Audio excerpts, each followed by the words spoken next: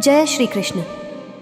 आप सभी साधकों और आत्मीय जनों को ज्ञान धारा परिवार की ओर से प्रेम, शांति और श्री कृष्ण की असीम कृपा प्राप्त हो। ईश्वर आपके जीवन में आनंद, भक्ति और सफलता का प्रकाश फैलाए। आप सभी को श्री कृष्ण का आशीर्वाद मिले कि आप हर परिस्थिति में स्थिर चित्त रह सकें, जीवन के संघर्षों में विजय प्राप्त कर सकें और अपने आत्मा के वास्तविक स्वरूप को जान सकें। आज हम भगवद गीता के अध्याय 11 विश्वरूप दर्शन योग पर यात्रा करने जा रहे हैं। यह अध्याय बहुत ही दिव्य, अद्भुत और रहस्य से भरा हुआ है। इस अध्याय में अर्जुन ने भगवान श्री कृष्ण से वह दर्शन मांगा जिससे वे भगवान के विराट स्वरूप को देख सकें। अर्जुन ने कहा, हे श्री कृष्ण, यदि आप मुझे अपने उस विराट स्वरूप का दर्शन कराएं जिसमें यह संपूर्ण ब्रह्मांड स्थित है तो मैं उसे देखना चाहता हूँ।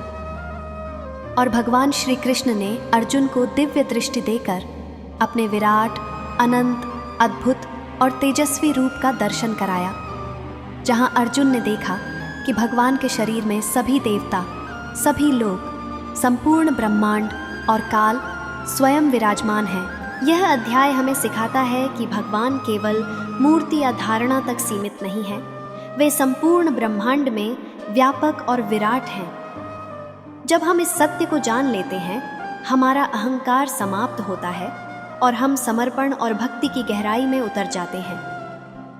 अगर आप इस दिव्य ज्ञान को अपने जीवन में पाना चाहते हैं तो इस वीडियो को अभी लाइक कर दीजिए, क्योंकि आपका एक लाइक हमें और अधिक ऐसे दिव्य ज्ञान आप तक पहुंचाने की प्रेरणा देता है। और यदि आप पहली बार ज्ञान धारा पर आए हैं तो चैनल को सब्सक्राइब कर लीजिए और बेल आइकन दबाइए ताकि आगे आने वाले भगवद गीता के अध्याय और श्री कृष्ण के दिव्य संदेश समय पर आपके जीवन में पहुंचे।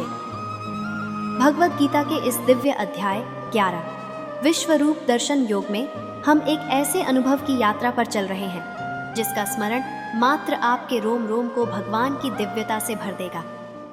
यह वह क्षण है जब अर्जुन ने भगवान श्री कृष्ण से वह दर्शन मांगा जो किसी भी मानव जीवन की सबसे बड़ी जिज्ञासा होती है। हे प्रभु, आप वास्तव में कौन हैं? आपका वास्तविक रूप कैसा है? अर्जुन ने श्री कृष्ण से कहा, हे योगेश्वर, मैंने आपसे यह दिव्य ज्ञान प्राप्त किया है कि आप इस संपूर्ण सृष्टि के कर्ता, पालनकर्ता और संहार करता हैं, परंतु मेरा मन यह जानने को व्याकुल है कि आपके उस विराट स्वरूप का दर्शन कर सकूं जिसमें यह संपूर्ण ब्रह्मांड समाया हुआ है। अगर आपकी कृपा हो तो मुझे अपने उस विराट रूप का दर्शन कराइए। यह अर्जुन की श्रद्धा और परम जिज्ञासा का प्रतीक था। भगवान श्री कृष्ण मुस्कुराए।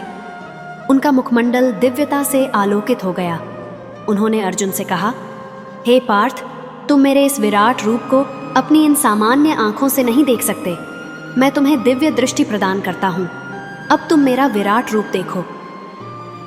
जैसे ही श्री कृष्ण ने अपनी योग माया का प्रयोग किया, अर्जुन ने जो देखा वह मानव कल्पना से परे था। अर्जुन ने देखा कि भगवान श्री कृष्ण का रूप अनंत मुखों, अनंत नेत्रों, अनंत भुजाओं और अनंत स्वरूपों से युक्त था। भगवान के शरीर में संपूर्ण ब्रह्मांड, सभी दिशाएं, सभी लोक, सभी देवता और संपूर्ण सृष्टि स्थित थी।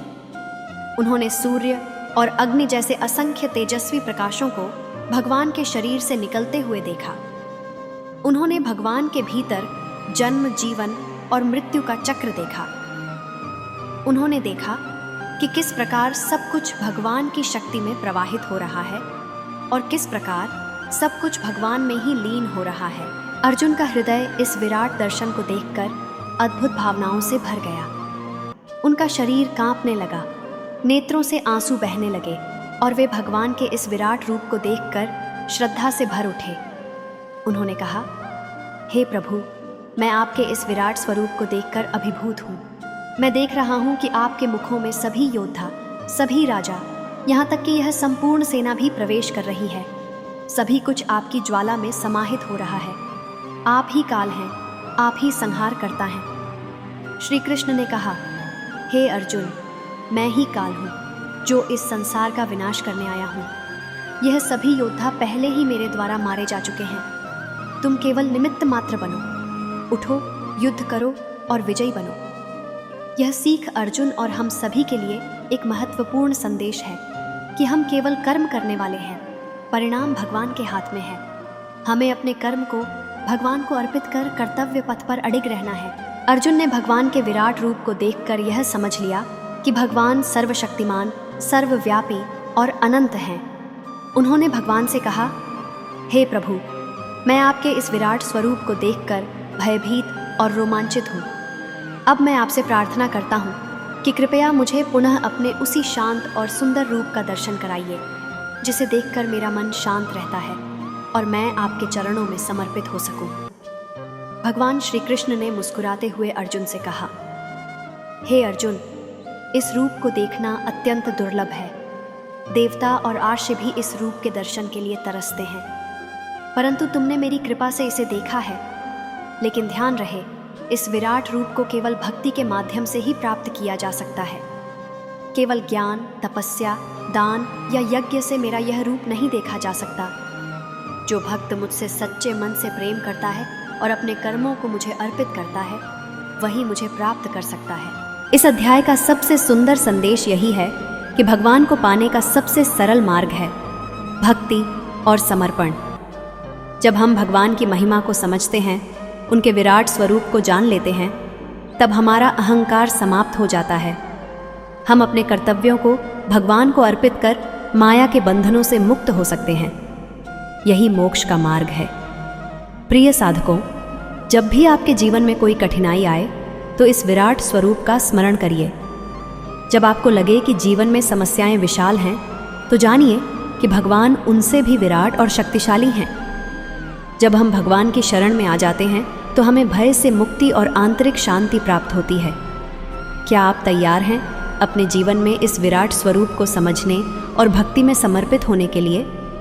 क्या आप अपने कर्मों को भगवान को अर्पित कर भय और अस्थिरता से मुक्ति पाना चाहते हैं?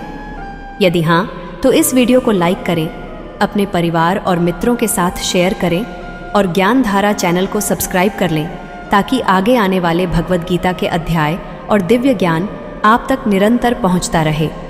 हम जल्द ही अगले अध्याय 12 भक्ति योग में मिलेंगे, जहां हम जानेंगे कि भगवान श्री कृष्ण ने भक्ति के महत्व और सच्चे भक्त के लक्षणों के बारे में क्या बताया। जय श्री कृष्ण।